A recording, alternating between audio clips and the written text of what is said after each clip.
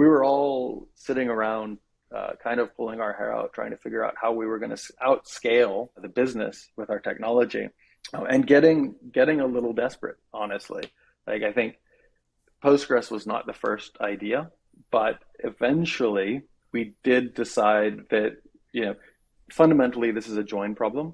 If we could do the join at read time rather than index time, then that would potentially eliminate a huge amount of work, because many of the documents that we were joining and indexing were actually never read before they were re-indexed again. And so we could actually, by not doing those useless amounts of work, we could reduce the amount of work in the system substantially.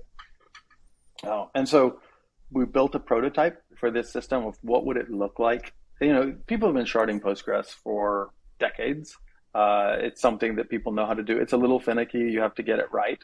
But even more recently, with things like timescale DB and Citus data, like they make sharding a lot more manageable, a lot more tolerable. And so, we started looking at some of those options, and we started to look at Postgres also has these, full text search capabilities built into it. They don't nearly have the bells and whistles of Elastic, but the basics are there. And so, I started talking with our NLP guys and our search engineering team and saying, like, what are we actually using in Elastic? What machine learning functionality in Elastic do you have? And they're like, oh, we tried, but it fell over, so we couldn't do it. We couldn't actually use a lot of it. It's too much load on the cluster. It's already on fire. And so what we learned is that most things happen at the application layer.